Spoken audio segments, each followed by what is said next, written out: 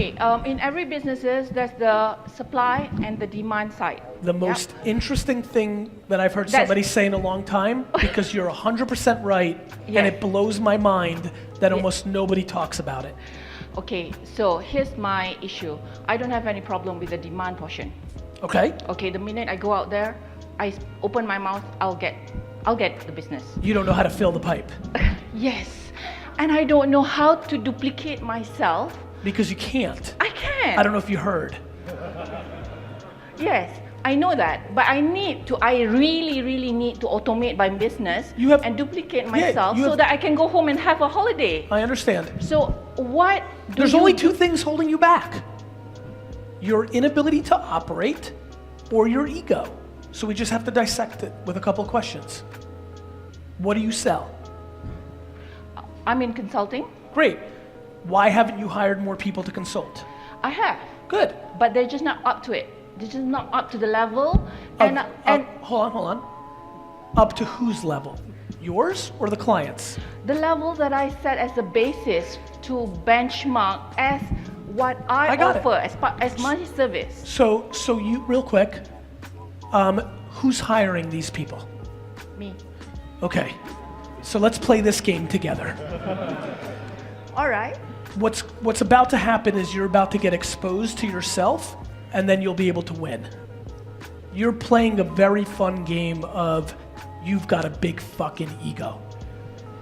I mean it. You've got to wrap your head around this. You're hiring.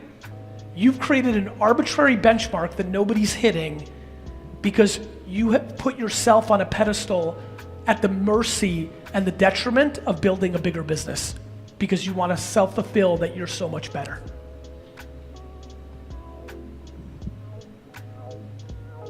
Play with me. You can't, think about what you, go ahead. I'm not willing to lower my standards. So don't scale then. Be a one-woman shop. I believe I can do more. I believe we should duplicate this. I mean, I've got the models. I've got everything there. I've basically templated everything that I do. So all you need to do is take the template, follow the SOP, and let's go out, hit the market. How many employees have you had at the height? 12. And how many do you have now? 2. And was it customers firing or them? Me. You. And at one point, early this year, everyone left. And I'm fine with that. Why? Because they realized that it was the wrong place for them to be. And I realized that there's no point for me to keep anyone when they can't do the job. And I'm prepared to go there. Have you thought about the possibility of you being a great consultant, but a terrible boss? I'm asking. I have that reputation, I know. Okay. So thanks for answering. Look, I think I'm being serious with you. And the reason I went right at it, I want you to win. It's a game of ego. What people don't understand is that is the problem for all the reason I've been able to scale VaynerMedia. Many think that I have an ego. I play on confidence, which is what allows me to scale because I don't hold everybody to an arbitrary metric that has no reality other than what's playing in my own head. To me, if you're the one firing or they're quitting because the work environment is exhausting because you keep pounding the drum of some fake Mendoza line of quality needed that you are the judge and jury of, and it's some interpretation of how you decide they follow the template, you're just scratching your own ego of how great you are at the detriment of your business. The reason I have 800 employees and high retention is I don't hold any of them to my standard because they don't need to be me to build an actual business. You need to decide if you want to build a one-woman shop or an actual business.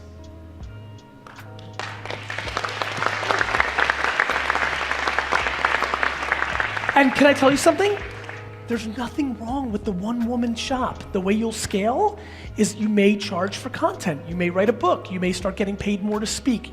Maybe you don't, you know what I mean? And even when I say it, when I see you react, you don't need to build a 40-person consulting shop because maybe you don't like it. It's not that you're a bad person, it's that you don't want to lower your standards. And if you're stuck in that, well then monetize a different way by expanding more around you versus trying to build out an actual business around it. Do you know what I mean?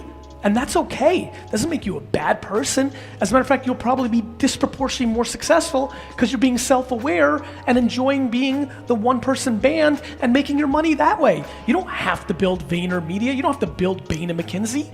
Be you and be your best self your way and enjoy it.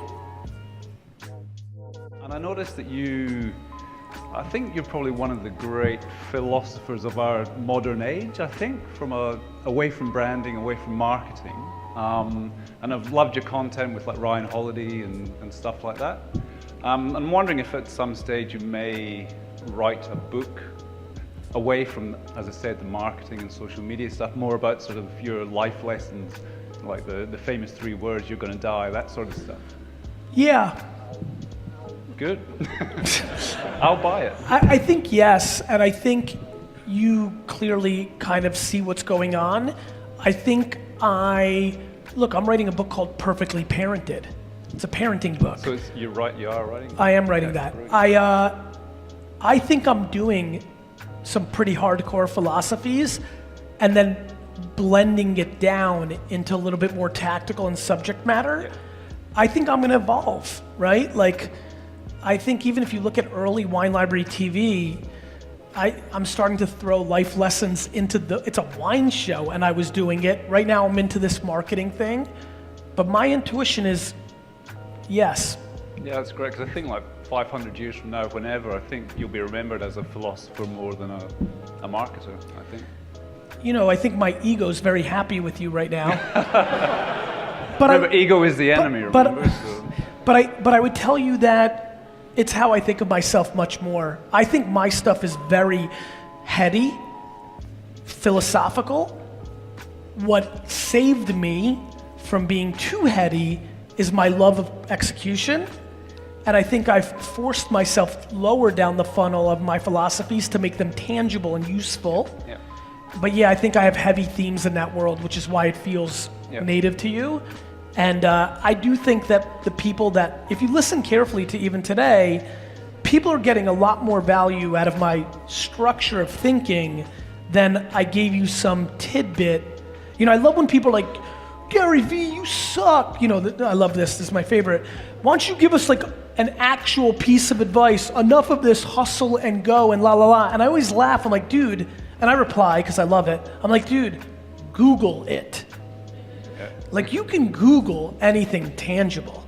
You wanna learn how to use hashtags, you wanna learn how to edit YouTube videos, you wanna learn how to create Snapchat filters, you don't need a guru to sell you an $80 ebook.